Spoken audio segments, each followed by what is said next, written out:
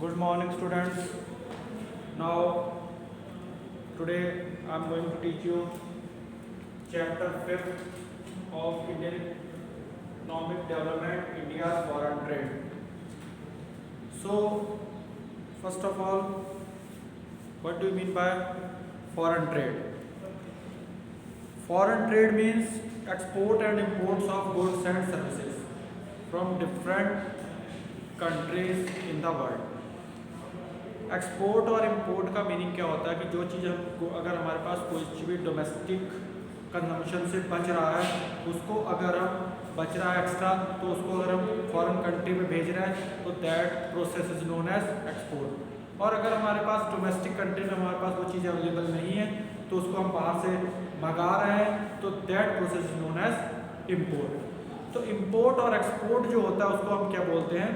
International trade और we can say foreign trade.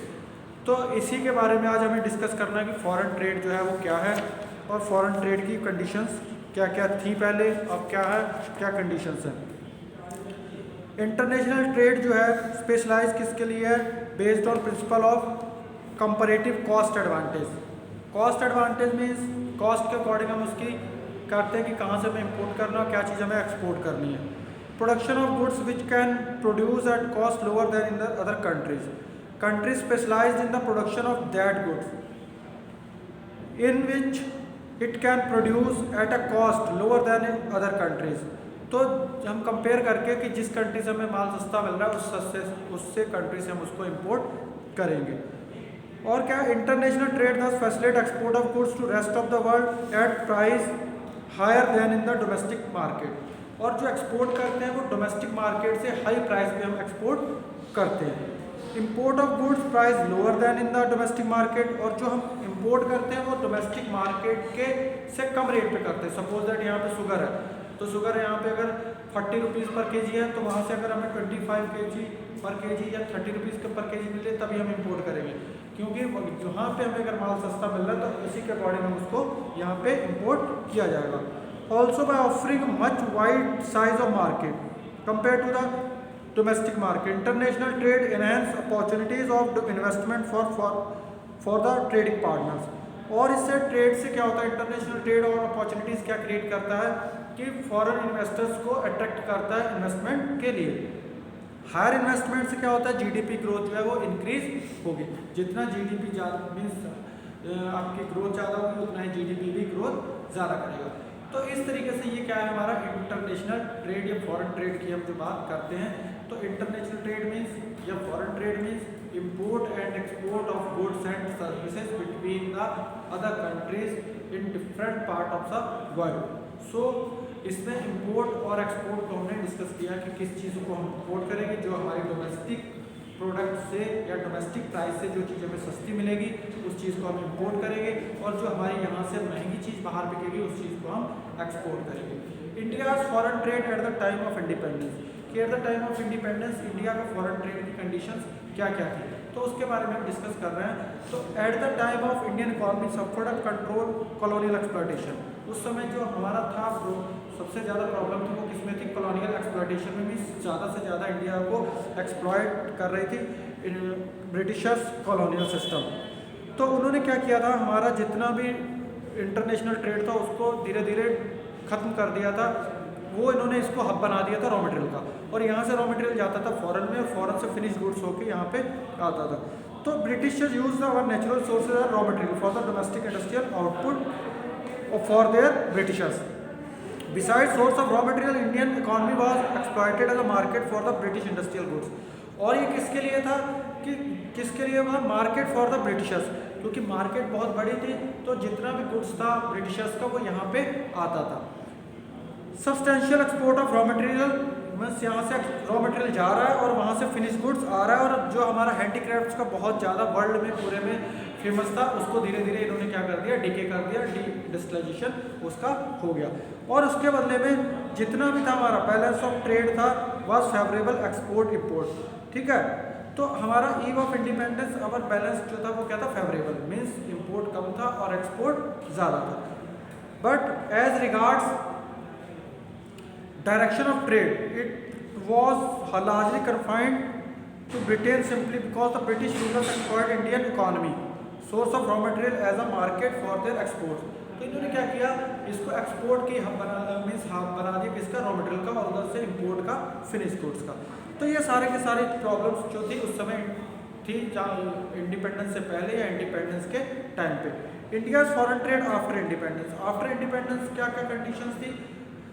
Volume of foreign trade, foreign trade का जो volume था 1951 में फर्स्ट 5 ईयर प्लान में, वो क्या था, वो बहुत ज़्यादा कम था। उस समय इंपोर्ट जो था हमारा कितना था, 3651, एंड एक्सपोर्ट कितना था, 3109। मीन्स टोटल जो एक्सपोर्ट और इंपोर्ट हो रहा था वो कितना हो रहा था, 6760। बट धीरे धीरे ये बढ़ता चला गया, बढ़ता चला गया। 12th प्लान में कितना हो गया, इंपोर्ट जो हुआ वो कितना हो गया, 1,31,89,647, और एक्सपोर्ट कितना हो गया, 90,01,485। मीन्स इतना जो है वो डिफरेंस आया। मीन्स वहाँ से सिर्फ हज़ारों में था इंपोर्ट, और इस समय क्या हो गया, करोड़ में हो गया 12th प्लान में। मीन्स 2012 से लेके 17 तक जो थाउजेंड्स में था 51 में, वो इंक्रीज होकर कहाँ तक पहुँच गया, करोड़ में। तो इट मीन्स कि उस समय जो था टोटल एक्सपोर्ट और इंपोर्ट कितना था, 6760, और इस समय क्या कितना, 2,21,91,132। मीन्स इतना जो है वो इंक्रीज हुआ। तो इसमें धीरे धीरे ये बढ़ता चला गया, जैसे जैसे हमारे रिलेशंस फॉरेन कंट्रीज से बने, और जिस चीज़ की हमें रिक्वायरमेंट पड़ी उस चीज़ को हम इंपोर्ट करते चलेगा। लेकिन अगर देखा जाए तो इंपोर्ट हमारा बढ़ता चला गया, उसके मुकाबले एक्सपोर्ट उतना नहीं बढ़ा। इस समय भी जो हमारा 12th प्लान में भी है, इंपोर्ट ज़्यादा है in comparison to export. Export कम है और इंपोर्ट जो है वो ज़्यादा, क्योंकि हम काफ़ी चीज़ों पर जो है इंपोर्ट पे अभी भी डिपेंड है। लाइक जितने पेट्रोलियम प्रोडक्ट्स हैं, इस टाइप का गोल्ड हो गया, इस टाइप की जितनी भी चीज़ें वो अभी भी हमारे यहाँ इंपोर्ट होती है। ठीक है, तो अब है कंपोजिशन ऑफ फॉरेन ट्रेड कि कंपोजिशन क्या क्या है फॉरेन ट्रेड में। कंपोजिशन ऑफ फॉरेन ट्रेड का क्या है कि decline in percentage share of agriculture export. जो पहले था वो ज़्यादा था, लेकिन अब क्या है कि there was a been significant decline in percentage share of agriculture items total exports. It happened in to the facts that India started using its farm products to raw material for its domestic industry. जो यहाँ से पहले export बाहर होता था, farm product बाहर जाता था, वो अब यहीं की इंडस्ट्रीज में जो है वो इंक्लूड मीन्स यूज़ होने लग गया। वो फिनिश गुड्स में उसको कन्वर्ट करना स्टार्ट कर दिया। और जितना भी rise in India population has retained the domestic consumption for farm products, और फार्म प्रोडक्ट्स जितने भी थे उसको यहाँ की पॉपुलेशन के अकॉर्डिंग यहाँ पे कंजम्पशन जो है वो बढ़ गया। तो decline in percentage share of agriculture export में जो एग्रीकल्चर एक्सपोर्ट पहले बाहर जा रहा था ज़्यादा, वो रुक गया, बहुत कम हो गया। वो यहीं की फैक्ट्रीज में कंजम्पशन होना स्टार्ट हो गया, यहीं की कंपनीज को या यहीं की फैक्ट्रीज के लिए वो एज अ रॉ मटेरियल का यूज़ होने लग गया। बाकी पॉपुलेशन वाइज भी जब इंक्रीजमेंट हुआ तो उसके लिए भी फार्म प्रोडक्ट्स जो है वो बहुत ज़्यादा चाहिए थे। फिर decline in percentage share of conventional items. Conventional items exports जैसे हैं tea, jute, food grains, minerals, these, ये भी क्या है, bulk of India's export at the time of independence. ये बहुत ज़्यादा एक्सपोर्ट था उस समय। But with the plan development program place domestic demand for the conventional items has trended to rise. इस वजह से यहाँ काफ़ी चीज़ें, इन चीज़ों की, टी की, जूट की, इन चीज़ों की यहाँ पे डिमांड बढ़ी, और इस वजह से जो टोटल एक्सपोर्ट है वो भी इस मामले में भी कम हो गया। मीन्स बाहर ना जाके यहीं पे वो माल जो है या रॉ मटेरियल है या ये जूट वगैरह जितनी भी चीज़ें कन्वेंशनल प्रोडक्ट्स हैं वो यहीं की इंडस्ट्रीज में यूज़ होने लग गए या यहीं की डिमांड को पूरा करने लग गए। Increase in percentage share of manufactured goods, लेकिन इंक्रीज किस में हुआ, मैन्युफैक्चर्ड गुड्स। मैन्युफैक्चर्ड गुड्स जैसे James, jewelleries India highest exporting category of goods. इसमें जितनी भी जेम्स वगैरह हैं, ज्वेलरी है, ये बहुत ज़्यादा जो एक्सपोर्ट हो रही है। That plan development program launch independent have started yield results. तो इसने काफ़ी अच्छे रिजल्ट्स दिए, ये चीज़ें जो है ज़्यादा से ज़्यादा एक्सपोर्ट हो रही हैं। अब क्या है कि डायरेक्शन ऑफ फॉरेन ट्रेड की, डायरेक्शन क्या है, फॉरेन ट्रेड की क्या डायरेक्शन है, किस टाइम में ये जा रहा है। तो present the brief account of the direction of India foreign trade since 1951 से अगर हम कंपेयर करें अब तक, तो क्या क्या इसमें कंडीशंस आई हैं और कैसे कैसे इसका चेंजेस हुए। Since 1951 direction of India's foreign trade has also undergone a substantial change. काफ़ी चेंजेस आए इसमें, जितने भी पार्टनर्स हैं उन्होंने ओवर टाइम बहुत ज़्यादा चेंजेस किया। ठीक है, इंटरनेशनल मार्केट में हमारे जो है काफ़ी एक्सपोर्ट जो है वो बढ़ा और इंपोर्ट भी बढ़ा। प्रेजेंटली अवर मेजर ट्रेडिंग पार्टनर जो कौन कौन है, यूएई हो गया, China, USA, Switzerland, Singapore, Australia, Iran, Hong Kong, Korea, Indonesia, UK, Japan and Belgium. ये सारे के सारे हमारे जो हैं वो इस समय प्रेजेंटली ट्रेडिंग पार्टनर्स हैं। इनसे हमारा एक्सपोर्ट और इंपोर्ट जो है वो बहुत ज़्यादा हो रहा है। दिस इज शार्प कॉन्ट्रास्ट पर 1951 का अगर सिनेरियो देखा जाए तो उस समय हमारे ट्रेड पार्टनर कौन से रेस्ट्रिक्टेड थे, सिर्फ कौन कौन लोग थे, अगर यूके और यूएसए, ठीक है, कॉमनवेल्थ कंट्रीज जितनी भी, बस यूके और यूएसए और कॉमनवेल्थ कंट्रीज कुछ एक पार्टनर्स थे ट्रेडिंग पार्टनर्स, लेकिन इस समय जो है ये सारी कंट्रीज काफ़ी हद तक बढ़ गई हैं। Notable feature of the direction of partners, जितना भी बड़ा recent UAE has emerged our leading trading partner USA which has leading partner till 2007-8 slip to the third position. ये जो है ये थर्ड पोजीशन पे पहुंच गए। USA share in India's export during 2016 was recorded 15.3% while UAE was 11.3%। Like China share जो है वो कितना एक्सपोर्ट हो रहा है 3.7%। तो ये सारा का सारा शेयर ऑफ कंट्रीज का दे रखा है कि यूएसए में कितना एक्सपोर्ट किया 15.3%, यूएई 11.3%, चाइना 3.7% और अदर्स बाकी में 69.7%। और कंट्रीज से जो हमारा इंपोर्ट हुआ चाइना से कितना हुआ 15.9%, USA 5.8%, Saudi Arabia 5.2%, Switzerland 4.5%, others 68.6%। तो ये सारा का सारा जो है यहाँ पे इंपोर्ट और एक्सपोर्ट का दे रखा है, किस किस हम कंट्रीज से ज़्यादा एक्सपोर्ट किया और किन कंट्रीज से ज़्यादा इंपोर्ट किया। अब है ईयर ऑफ डिवाइड। 1991 को हम क्या बोलते हैं, ईयर ऑफ डिवाइड, क्योंकि यहाँ पे क्या आया था, इनवर्ड लुकिंग ट्रेड स्ट्रेटजी भी आया और एलपीजी भी आया। Till 1999 were relying on the different trade strategy, we are relying on inward looking trade strategy पे हम फोकस कर रहे थे। It was only 1991 we shifted to strategy export promotion which triggered the rise in our export and import. Means जितना भी हमारा था 1991 में हमने एक्सपोर्ट को ज़्यादा ट्रिगर किया, मीन्स ज़्यादा उसको प्रमोशन दिया। अब इनवर्ड लुकिंग ट्रेड स्ट्रेटजी था क्या, ये था import substitution strategy. Import substitution strategy का मीनिंग क्या था, जो चीज़ें हम इंपोर्ट कर रहे हैं उसका प्रोडक्शन हमारे इंडिया में ही करना, इसको क्या बोलते हैं, इनवर्ड लुकिंग ट्रेड स्ट्रेटजी।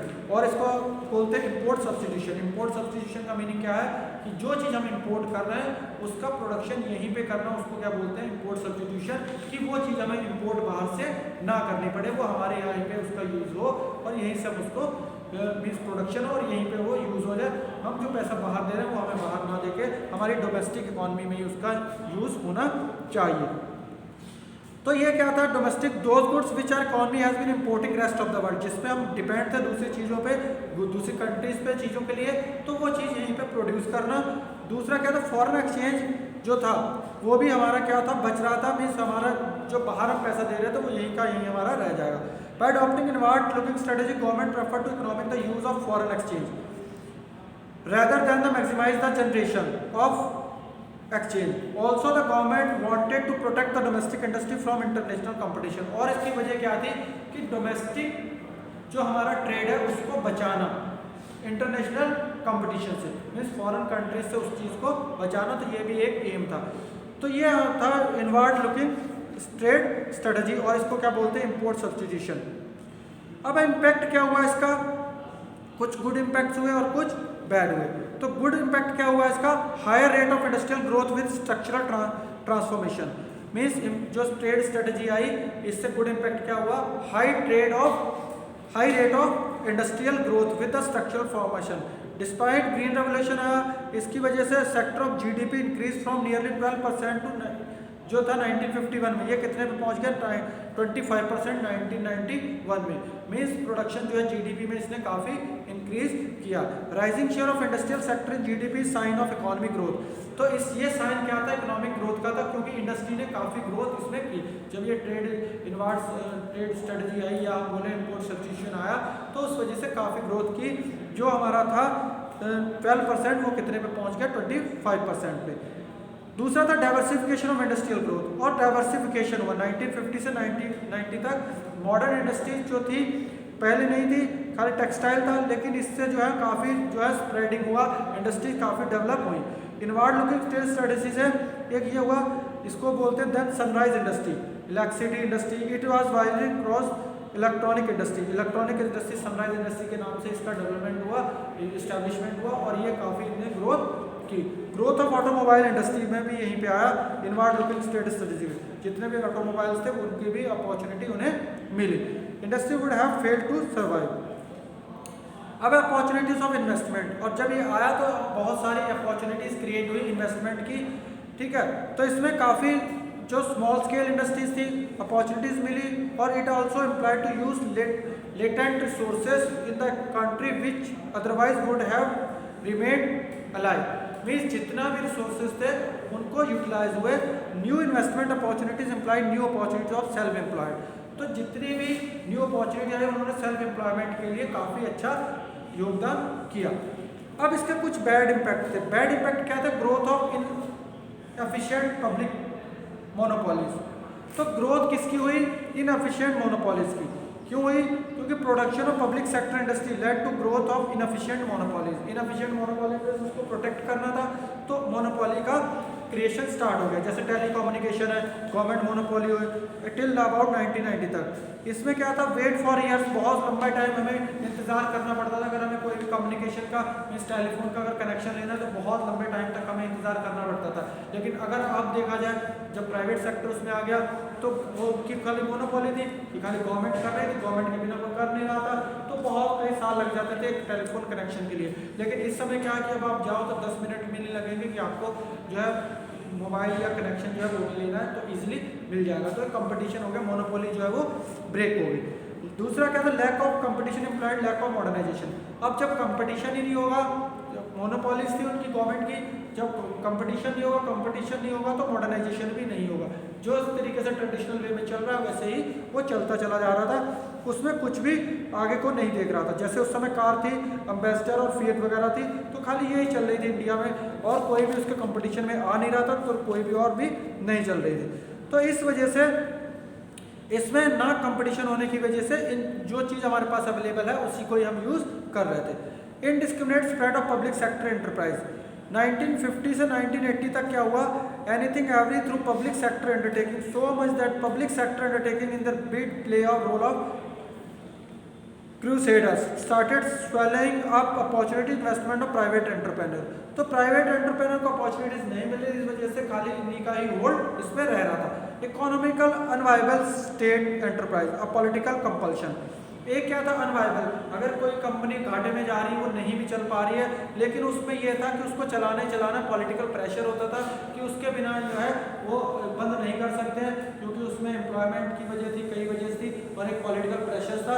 तो इन वजह से ये जो है कंपनी को चलाना ही था, उनको बंद नहीं करना था। घाटे में भी चल रही है, इनएफिशिएंट मैनेजमेंट है, वो नहीं देख रहे हैं करप्शन की वजह से, तो उसको चलते चले जाना था, फिर भी उसको नहीं रुकना था।